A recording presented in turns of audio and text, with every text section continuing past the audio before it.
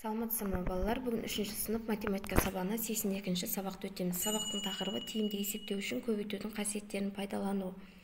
Бірінші тапсырма. Балалар сәндік қолданбалы бұйымдар жасайтын фабрикаға барды. Олар ұлттық кәдесыйларды қалай жасайтынын көрді. Балалар кәдесыйларды қораптарға санап салуға көмектесті. Оларға есептеу тәсілдерін түсіндіруіне көмектес. Енді бұл жерде сіздерге 60 және 10, 600 және 10, 600 және 100 көлемінде көрсетілген. Енді көбейту және бөлу амалдары көрсетілген. 60-ты 2-ке бөлеміз 30, 10-ды 2-ке бөлеміз 5. 30-ға 5-ті қосамыз, тең болады 35. Қарасын алып алайық, тең болады 35. Бұл жерде 600-ді 2-ке бөлеміз 300, 100-ді 2-ке бөлеміз 50. Екеуін қосамыз 350. 600-ді 20-ға бөлеміз 30, 100-ді 20-ға бөлеміз 5, тең болады 35. Енді келесіде сіздерге 70, мына екеуін қоссақ 70, және бұл жерде осылай берілген. 70 берілген. Екеуінің мәні бірдей шығады. Мына жерге тура мына біріншідегіні осылай көшіріп жазамыз. Келесі тапсырма. Ауызша түсіндіре отырып есепте. 600-ді 5-ке бөлеміз 120. 500-ді 4-ке бөлеміз 125. 90-ды 2-ке бөлеміз 45. 500-ді 2-ке бөлеміз 250. 900-ді 2-ке бөлеміз 450. 900-ді 20-ға бөлеміз 45. 45. 700-ді 5-ке бөлеміз 140. 300-ді 20-ға бөлеміз 15. Келесі салыстыр. 3-ші тапсырма. 500-ді 2-ке бөлеміз 250, 1000-ды 4-ке бөлеміз 250. Екеуі тең болады. 900-ді 2-ке бөлеміз 450, 750-ге бөлсек 14. Мына жер 450 болады, мына жеріміз 14 болады. Мына жер 250-де 250. Бұл жерде 70-ті 5-ке бөлеміз 14, 350-ге бөлеміз 6. Әрине біздің 14-іміз көп. Келесі тапсырма. Есеп бойынша өрнек құрып, оны шығар. Музейге 40 қыз және 30 ұл барды. Оларды теңдей бөліп 2 автобусқа отырғызды. Әр автобусқа қанша баладан отырды? Біз енді бұл жерде бірінші ұл бала мен қыз баланың санын анықтап аламыз. Қосып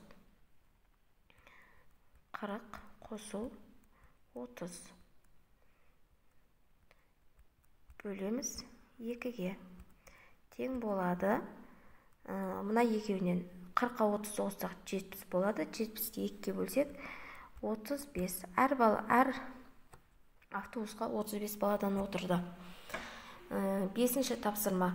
Есепті шығар. Есептің сұрағына жауап беру үшін қандай мәліметтер саған қажет емес екенін анықта.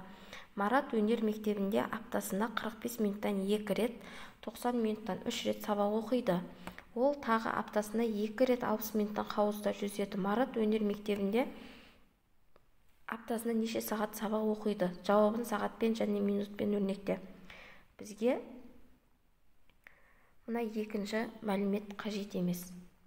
Енді сіздер шартын жазатын болсаңыздар, бірінші аптасына 45 минуттан 2 рет деп жазасыздар, және 90 минуттан 3 рет деп жазып аласыздар да.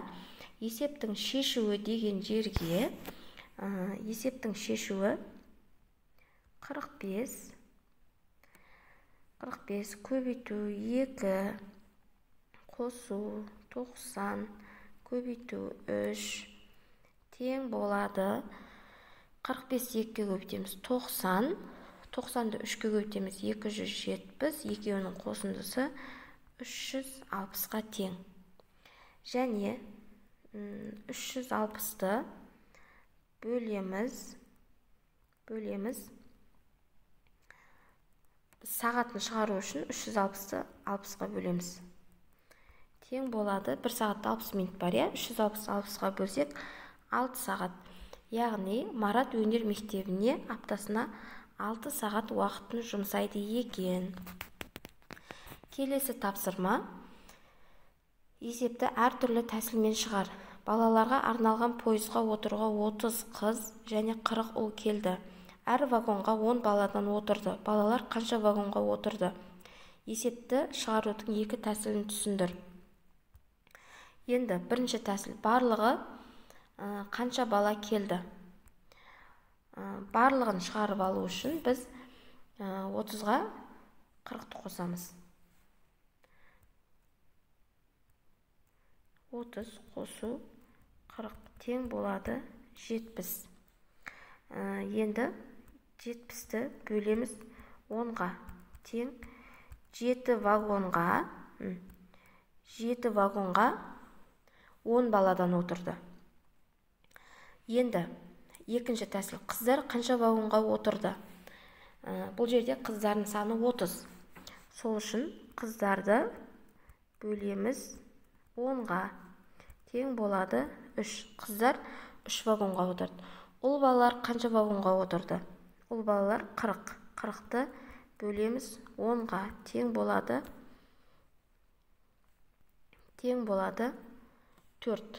Ұлдар 4 вагонға отырды. Енді барлығы қанша вагонға отырды? Вагондардың саны қосамыз енді. 3 қосу 4.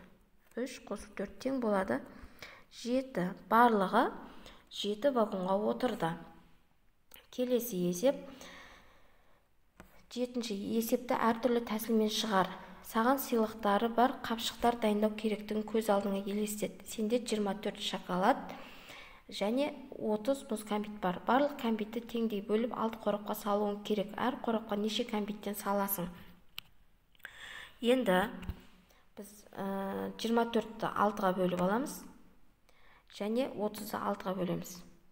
24 бөлу 6 тең болады бізде 4 шоколад. Енді 30 бөлу 6 тең 36-ға бөлеміз 5. 5 мұз кәмпит бар. Барлығы енді осы барлығы шығу үшін 4-ке қосамыз 5-ті. 4 қосу 5 тең болады 9. Әр қорапқа 9 кәмпиттен салынады екен. Келесі соңғы тапсырма. Есепте. Бұл жерде өте оңай. Мен сіздерге тек мәнін айта кетейін. Сіздер дәптерге мұқият жазып алыңыздар. 832, 578, 578, 935, 935, 135, 574-ке 254-ті қоссақ 828, 237-ке 343-ті қосамыз 580, 789-дан 654 аламыз 135, 789-дан 98 аламыз 691. Бүгінгі сабақ осымен балалар аяқталды. Каналға тіркеліп қойыңыздар. Сау болыңыздар.